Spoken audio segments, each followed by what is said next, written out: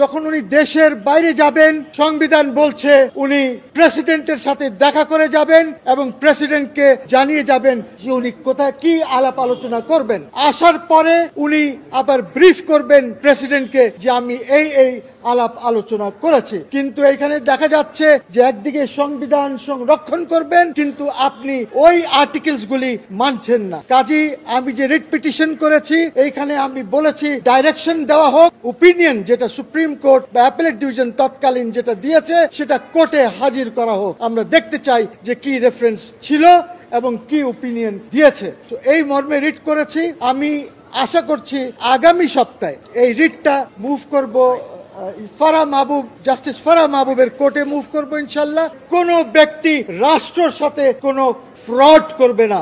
এইখানে যদি এটা প্রমাণ হয় যে ফ্রড হয়েছে, যারা রাষ্ট্রের সাথে ফ্রড করেছে তারা জনগণের সাথে ফ্রড করেছে, এবং এই ফ্রড কিভাবে হলো, কেন হলো, এটা প্রয়োজন হলে আমরা ক্রিমিনাল মামলা করব যারা ফ্রড করেছে।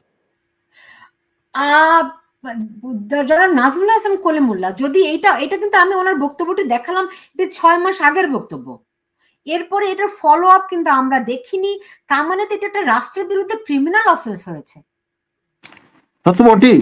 মানে আমি ছোটবেলা গল্প শুনেছিলাম যে প্যারিসে যে আইকনিক সিম্বল আপনার আইফেল টাওয়ার ইফেল, এটি এক চতুর লোক 3-3 বার বিক্রি করে দিয়েছিল সাফল্যের সঙ্গে, টাকা নিয়ে ফেলেছিল। তো এই ধরনের বাজিকর সর্বযুগে সর্বকালে ছিল। আপনি আইফেল টাওয়ার কেন যাচ্ছেন? আমরা তো এটা শুনেছিলাম যে বাংলাদেশের যে হাইকোর্ট, ওই হাইকোর্ট আমাদের কোন এক নায়ক, বাংলা সিনেমার নায়ক, তিনি নিজের বলে চালিয়ে দিয়েছিলেন। আপনি আইফেল টাওয়ার এবং এক ম্যাম সাহেবকে কনভিন্স করে এটা তার বাংলো বলে তাকে বিয়ে করে ফেলেছেন। হ্যাঁ, এবং জি আমি সেই ভদ্রলোক, এটা মানে জীবন ঘনিষ্ঠ একটি জাতি তো। হ্যাঁ জি, তা তো বটে, কোনো সন্দেহ নেই।